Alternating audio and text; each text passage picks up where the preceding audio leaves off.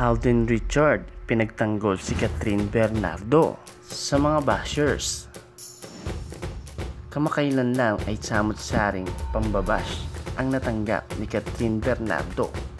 Yan ang pag-uusapan natin ngayon. Kung bago pa lang sa aking channel, huwag kalimutan mag-like, comment, share at subscribe, at i-on mo na rin ang notification bell para palagi kang updated sa aking mga videos.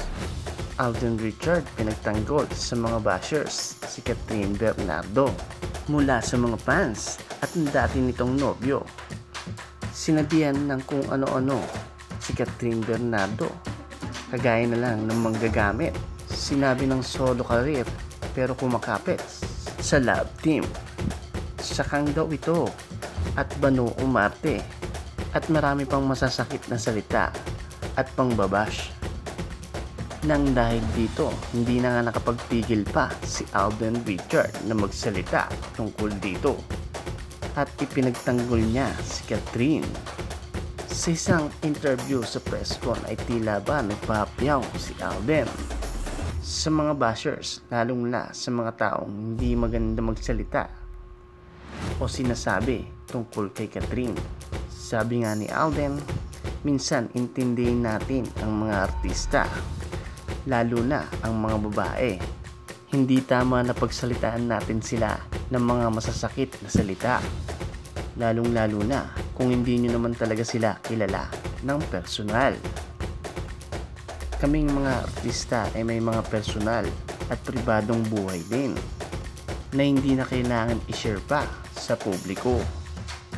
Alam naman namin na kung gaano kagulo ang showbiz at kung gaano karami ang mga taong gumagawa at nag-uusisa ng mga buhay ng artista.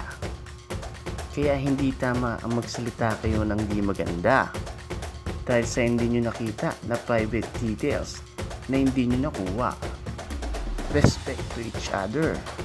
Yun ang mga kataga na binitawan ni Alden Richard. Yan ang patuloy na pagtatanggol ni Alden kay Catherine Bernardo at sa patuloy na nagbabash sa kanila. Pero sa kabila ng lahat ay maayos pa rin ang relasyon ng dalawa at nagpapatuloy sa kanilang sinimulan at talaga namang umaapaw ang biyaya ngayon pagdating sa kanilang pangakarir. Tama nga ang content na mas mainam na talaga na pribado ang kanilang relasyon at para na rin wala ng mga taong mangulit at mag-usisa sa kanila.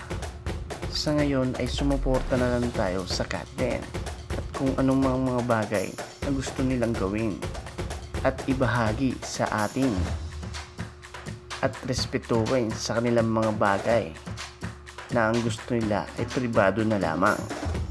Alam naman natin na magulo ang mundo ng showbiz at hindi natin may iwasan na may mga tao na gustong makasira ng isang relasyon na maayos dahil kung minsan kahit pribado na ang relasyon ay nauungkat pa rin ito ng mga taong magaling mag-usisa, lalong-lalo na sa mga taong ayaw nila at ng mga bashers ng Catden.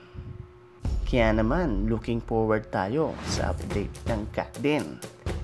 At huwag niyong kalimutan mag-subscribe dito sa aking YouTube channel. At palagi lang kayong tumutok dito sa Team Chismax.